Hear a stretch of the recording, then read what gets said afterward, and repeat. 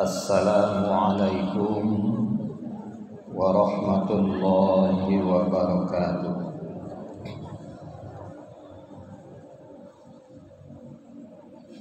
Alhamdulillahi rabbil alamin. Wa bihi nasta'inu ala umuri dunya waddin.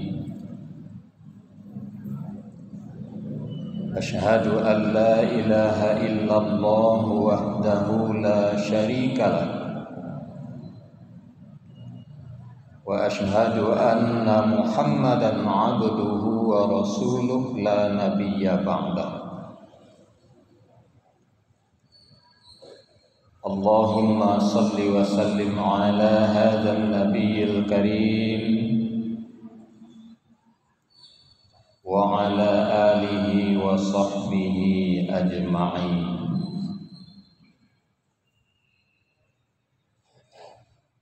Bapak-bapak dan ibu-ibu jamaah salat subuh rahimakumullah, puji dan syukur kita persembahkan kehadirat Allah Subhanahu wa ta'ala. Subuh ini kita masih diberi kesempatan menunaikan sholat subuh berjamaah di rumah Allah yang mulia ini. Salawat dan salam kita mohonkan kepada Allah untuk Nabi kita Muhammad sallallahu alaihi wasallam. Beliau telah membawa umat dari jahiliyah kepada Islamiyah. Beliau juga telah membekali kita dengan Al-Quran dan Sunnah. Bapak-bapak dan ibu-ibu, pengajian kita subuh ini sebuah hadis Nabi yang diriwayatkan oleh Imam Muslim. Kata Nabi, sinfani min ahlin nari lam arahuma. Ada dua golongan ahli neraka yang belum pernah saya lihat keduanya itu.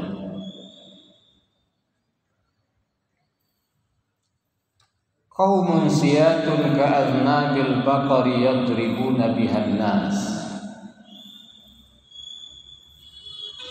Pertama, kaum yang membawa cambuk seperti ekor sapi yang mereka pergunakan untuk memukul manusia.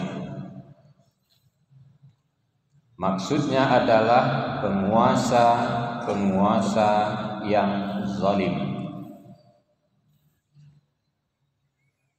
Yang kedua, wa nisaun kasiyatun ariyatun mumilatun mailatun ru'usuhunna ka asnimatil buhtil mailah. Perempuan-perempuan yang berpakaian tapi telanjang, cenderung kepada kemaksiatan dan mencenderungkan orang lain kepada kemaksiatan. Rambutnya sebesar punuk unta. La yadkhulnal jannata wa la yajidna rihaha wa inna rihaha la yujadu min masirati kadza wa kadza.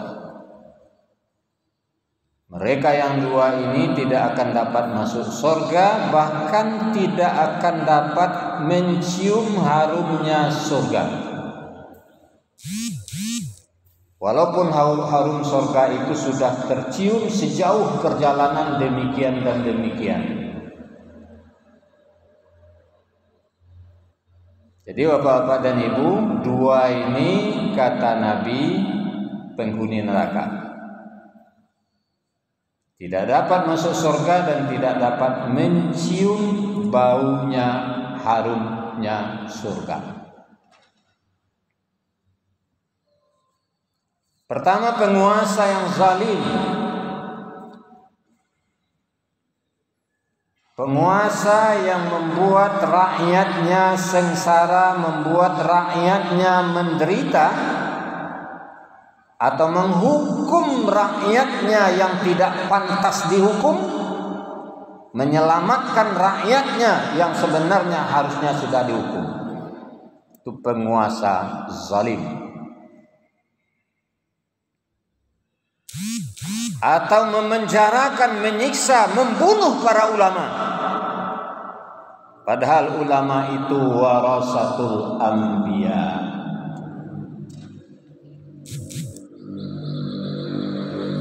Dulu seorang raja, Hajjaj bin Yusuf, pernah menjadi menteri di masa Bani Umayyah, kemudian menjadi penguasa di Irak.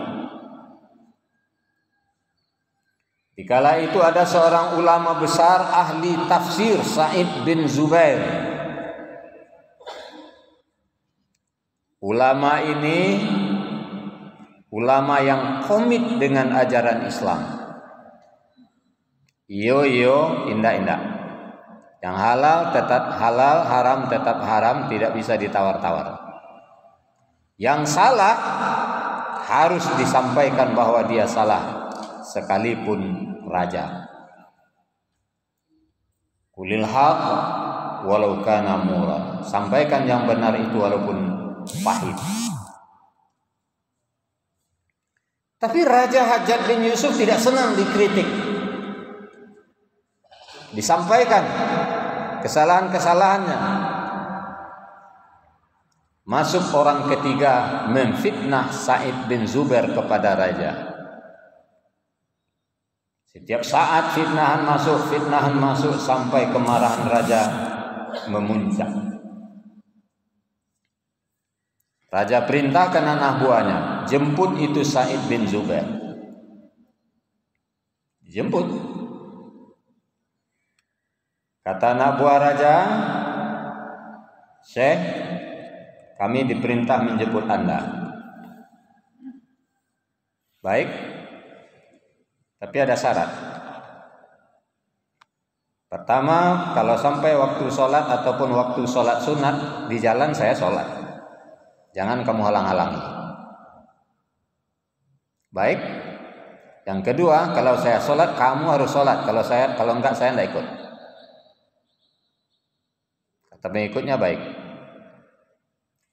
Bawalah Sa'id bin Zubair menghadap raja. Di saat menghadap raja, kemarahan raja semakin memuncak melihat wajah Sa'id bin Zubair. Raja bertanya, siapa nama Anda? Nama saya Sa'id bin Zubair. Sa'id bin Zubair itu bahasa kitanya, Sa'id itu bahagia, Zubair itu teguh. Jadi namanya bahagia anak si teguh. Kata raja, dusta Anda. Nama Anda bukan Sa'id bin Zubair, tapi nama Anda adalah Syakik bin Kusair. Syakik bin Kusair itu artinya celaka anak si pecah. Nyetuka nama buyato. Dek raja. Ini kan orang tua saya yang beri nama, bohong orang tuamu. Nama yang cocok untukmu adalah Syakik bin Kusair. Saya dengar selama ini Anda sering mencaci maki saya, menghina saya, memfitnah saya kepada masyarakat. Kata Sa'id bin Zubair, saya tidak pernah mencaci, menghina, memaki, tidak, memfitnah, tidak. Saya hanya menyampaikan kebenaran. Yang salah saya bilang salah, yang benar saya bilang benar. Itu pun berpedomankan kepada Al-Quran dan Sunnah Rasul. Berdebat terus, akhirnya apa kata raja? Siksa dia kepada anak buah. Siksa. Diambil oleh anak buahnya, ditelungkupkan, mungku madok ke lantai, dipacik rambut di belakang, dihantuan ke lantai mungko Sa'id bin Zubair, dia anak buah raja. Raja kok galak macam dia. Karena ndak tahan sakit. Ndak tahan sakit dari Sa'id bin Zubair nyoputa kebalonya ke madok ke kiblat. Kecek raja, jangan biarkan menghadap kiblat. Putar menghadap matahari terbit. Diputarlah kepala Sa'id bin Zubair ke madok ke matahari terbit. Sa'id bin Zubair membaca surat Al-An'am ayat 79. Inni wajjahtu wajhiya lilladzi fataras samawati wal arda hanifa wa ma ana minal musyrikin. Mau kalian hadapkan wajahku kepada bumi, hancur pun. Tapi pada hakikatnya aku menghadapkan wajahku kepada Tuhan yang menciptakan langit dan bumi. Ditambah lagi oleh Sa'id bin Zubair dalam surat Al-Baqarah ayat 115. Walillahil masyriqu wal maghrib fa innama tuwallu fasamma wajhullah innallaha wasi'un alim. Kalian putar kepala saya, silakan mau menghadap kiblat, mau menghadap matahari terbit, saya tidak peduli. Ke timur, ke barat, menghadap, pada hakikatnya saya menghadap Allah. Kepunyaan Allah timur dan barat. Kemana saja kamu menghadap, di sana Allah. Kata raja, bunuh dia. Sa'id bin Zubair baca surat Thaha ayat 55. Minha khalaqnakum wa fiha nu'idukum wa minha nukhrijukum taratan ukhra. Silakan. Dari tanah kami jadikan kamu. Kepada tanah kamu akan dikembalikan. Dan dari tanah kamu akan dibangkit untuk yang kedua kalinya. Silahkan kamu bunuh. Saya ini berasal dari tanah dan akan kembali juga kepada tanah. Kalau Allah katakan hari ini ajal saya sampai, saya mati. Tapi kalau enggak. Akhirnya Sa'id bin Zubair dibunuh. Seorang ulama besar, seorang ahli tafsir, ahli hadis luar biasa, mati di tangan penguasa zalim, walaupun penguasa itu Islam. Dalam riwayat lain saya baca, tidak berapa lama setelah Sa'id bin Zubair meninggal dunia, raja sakit. Sakit tidak main-main dah bu, utak akan naik, gilo. Itu balasan dari Allah. Ulama itu warasatul anbiya. Sekarang Pak, di Tangerang kemarin baru dibunuh, di Batam dikejar sedang ceramah. Jadi rasanya Bapak dan Ibu, Bapak yang berdiri di belakang imam saf pertama, saf kedua, saf ketiga, tidak ada, siap-siap juga Pak. Kalau ada yang nyelonong masuk, pacien tangan sekali. Jangan dipediaya. Bisa-bisa keturunan Abu Jahal, Abu Lahab, bisa-bisa PKI bangkit, tak tertutup kemungkinan. Kalau PKI bangkit, yang dicari ulama dulu. Ulama yang dicari. Nah, sekarang udah mulai gejalanya sudah ada. Nah, jadi ini adalah nanti di akhirat dia akan membawa cambuk seperti ekor sapi. Tapi dia tidak bisa lagi memukul manusia. Dialah yang akan dipukul. Dialah yang akan disiksa dan dia tidak akan dapat masuk surga jangankan masuk surga, mencium bau surga saja tidak dapat.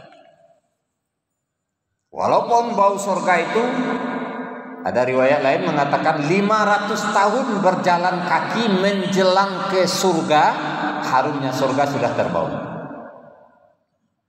Kalau 500 tahun jalan kaki, mungkinlah keliling dunia, Pak. Allah tabaun harumnya surga. Ini tidak bisa membau, ini saja tidak bisa.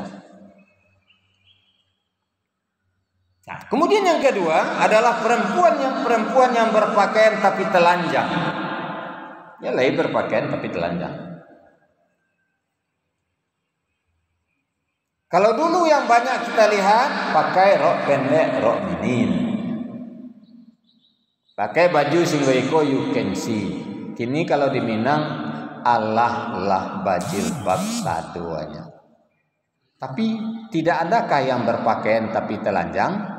Jilbab laki, baju sampai nampak kotak-kotak tubuh itu, celana sampai berpakaian tapi telanjang. Dan bangga aja di Allah berjilbab, bajuku ketat, Sarawak ketat, sama telanjang, sama tidak. Mempermain-mainkan Islam namanya itu. Tidak ada dalam Islam pakaian ketat seperti itu. Ada mana? Kalau dalam hadis ini digambarkan rambutnya sebesar punuk unta, itu dulu, kini tidak. Kalau dulu kan musim sanggua kadang, Pak. Ibu-ibu rambutnya nan rurui berkumpuan. Nah, kumpuan tubik sanggua. Kalau ada acara, tu laki sikoa. Lebih kurang sekadang ban serap Vespa. Kalau arisan-arisan Dharma Wanita, wah itu laku dulu, Pak. Ketika ambo mulai jadi buya ceramah, itu pernah aja tuh undang ceramah Dharma Wanita. Awak capek tibo lah duduk di mungko. Jadi mencari ibu-ibu tibo saya. Masuk seorang, ala takaiko dia berjalan. Kepala ko lah balik ke belakang dia sanggua kadang. Tanggung kadang ada. Awak mencameh dia bentuk-bentuk kata Bali tante ko ke belakang. Dia kadang sanggua. Kini itu tidak boleh. Tapi ini berpakaian tapi telanjang. Islam itu mengatur semuanya. Diatur sadonya apa tadi? Berhias, berpakaian, bergaya, diatur. Perempuan jadilah perempuan yang setia, laki-laki jadilah laki-laki yang setia dengan laki-lakinya. Kau laki-laki lah bentuk berusi lah. Nan laku kini di TV jadi presenter ya segala macam, nan bencong, Pak. Laki-laki pi gaya berusi, itu laku tuh. Yang dilaknat oleh Allah. La'anallahul mutasyabihina minan nisa'i wal mutasyabihati minar rijal. Hadis riwayat Bukhari. Dilaknat oleh Allah laki-laki yang menyerupai perempuan, perempuan yang menyerupai laki-laki. Dilaknat, dikutuk oleh Allah. Biarlah cara berpakaiannya menyerupai lawan jenis ataupun gaya jalan, gaya mengecek. Dilaknat oleh Allah. Akhirnya bencong itu tak boleh dalam Islam, tak? Tak boleh dalam Islam. Kalau ada organisasi Persatuan Bencong Indonesia, ayolah tantale. Ingin barong-barong masuk neraka so. Yang buatlah organisasi so, adi ketuanya di Mungko. Tu seluruh bencong malenggok-lenggok nangki ke pintu neraka. Tiba di pintu neraka, tajun kalau hendak mau tajun nyoan taman dek malik ke dalam. Baru tahu. Nah, ini terjadi. Tak boleh. Laki-laki menyerupai perempuan, perempuan menyerupai laki-laki. Kalau menyambung rambut tadi, tak boleh, Bu. Nyuka rambut awaknya, Ustaz. Rambut awak tu kalau lah tangga dari badan tu bangkai, Bu. Analah lapeh dari badan awak itu bangkai. Nggak bangkai digantung-gantung jadi kepala. Tak boleh. Ataupun rambut orang lain ndak jaleh, entah rambut sia, entah kapia punyo, entah yudi punyo, entah punyo ndak jaleh pasang. Kecek Nabi dalam sebuah hadis yang diriwayatkan oleh Imam Bukhari, la'ana Rasulullah sallallahu alaihi wasallam al-wasilata wal mustausilah, dilaknat oleh Rasulullah sallallahu alaihi wasallam yang menyambung rambut dan yang disambungkan rambutnya. Dua-duanya kan orang yang disambung rambutnya kan nan tukang sambungan kok salon tukang sambungan ya salon kan jadi keduanya kan nan disambung kan nan menolong menyambungan kan tak bisa main-main. Jangankan itu, sahabat dulu ada anak gadisnya baru sudah sakit, rurui rambut gua botak padusi. Ya sampai ke Nabi, ya Rasul, anak ambo sudah sakit ya Rasul, rurui rambut kesaduannya, ambo lagi rambut palsu bah. Tidak boleh. Tidak boleh kecek Nabi. Kemudian Sa'id bin Jabir, salah seorang sahabat mengatakan, la ba'sa bil qaramil. Boleh keceknya, tapi harus dari benang. Jadi sah dari rambut tidak boleh. Dari benang boleh. Jadi kadolo nan teragak pasang gua, ndak ada tapi sang gua benang. Kan ada sang gua benang dulu ndak? Abu ya lah agak 2 kali ban serap Vespana ndak ada kalau benang. Kalau rambut tidak bisa. Iko pendapat sahabat, la ba'sa bil qaramil, tidak apa-apa kalau terbuat dari benang. Jadi makanya rambut ya. Kalau larurui dari badan tu Allah ambil. Dan ambil Allah. Saya dipikir larurui itu lah. Mamikian nan ado jan larurui tidak ada. Apa do be supaya jan larurui tidak salah. Nah seperti itu. Kalau apa-apa lain. Ada lagi ibu cik lain banyak baca lihat. Mencuku alis bu. Alis mata cukup.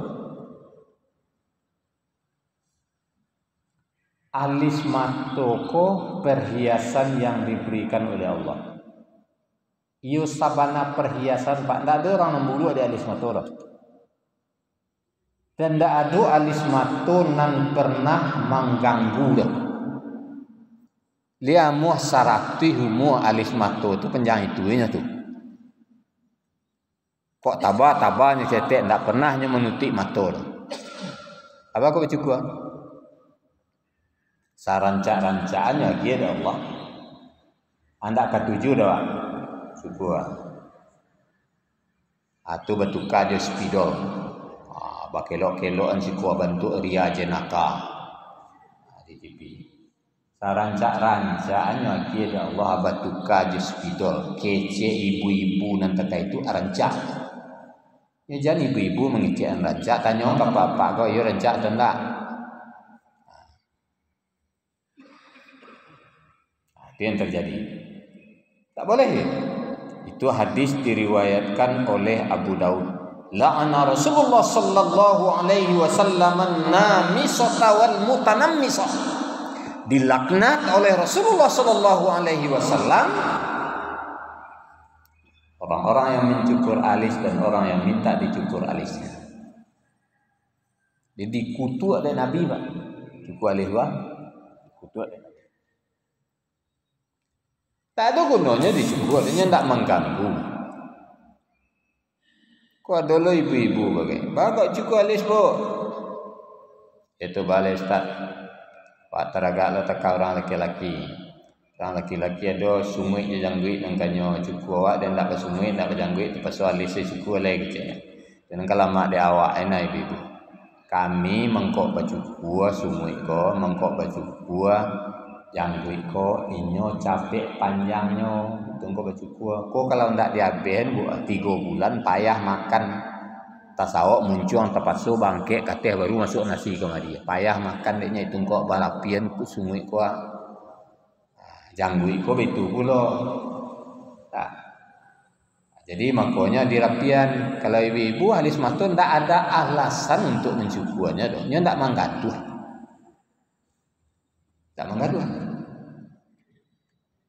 Nah, kalau apa-apa penyakit cie kini kok ndak namuh gaek.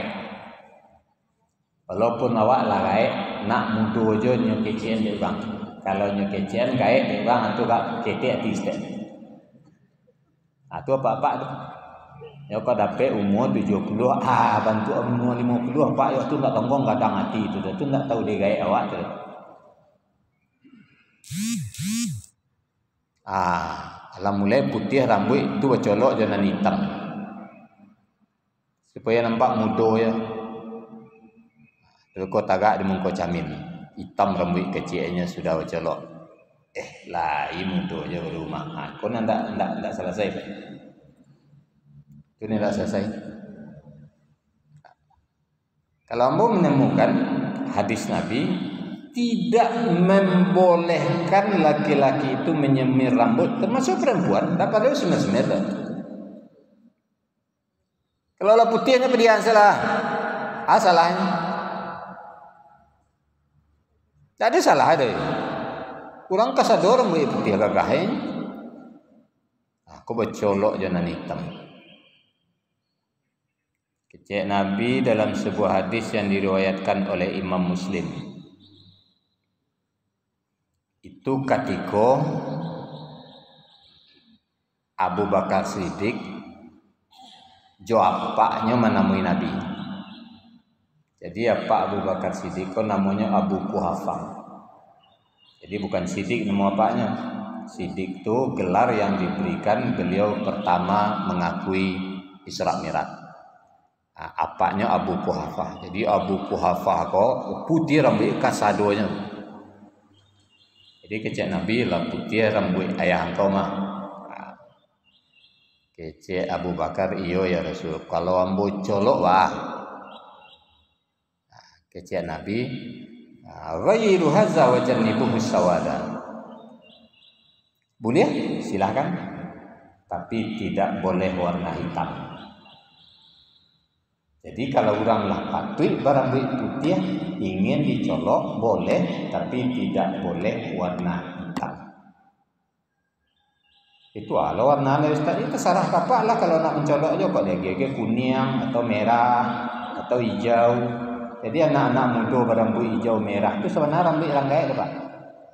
Tak rambut anak muda orang gaek. Kalau ingin mencolok coloklah di itu. Kalau dulu tuh bantu India ini kan banyak apa? Coloknya tuh pirang. Jadi rambut, janggut, sumui pirang. Itu boleh. Tapi kalau hitam tidak boleh. Kenapa? Karena hitam tuh ciri khas orang muda lah kayak. Jadi kalau dicolok jonan hitam, luponya berasonya lah kayak. Jadi tidak boleh kenal agama. Jadi ada aturan. Ada aturan satu. Untuk itu Bapak-bapak dan Ibu mari sama-sama kita perhatikan. Kalau hadis ini mengatakan penguasa yang zalim, wanita yang berpakaian tapi telanjang, berhias tidak sesuai dengan aturan Allah, tidak dapat masuk surga. Jangankan masuk surga, mencium baunya surga saja tidak akan dapat. Mari sama kita pelihara diri kita jaga diri kita, karena semua kita pasti menginginkan surga di akhirat nanti. Demikian pengajian kita, mudah-mudahan bermanfaat. Terlebih dan terkurang banyak maaf. Wassalamualaikum warahmatullahi wabarakatuh.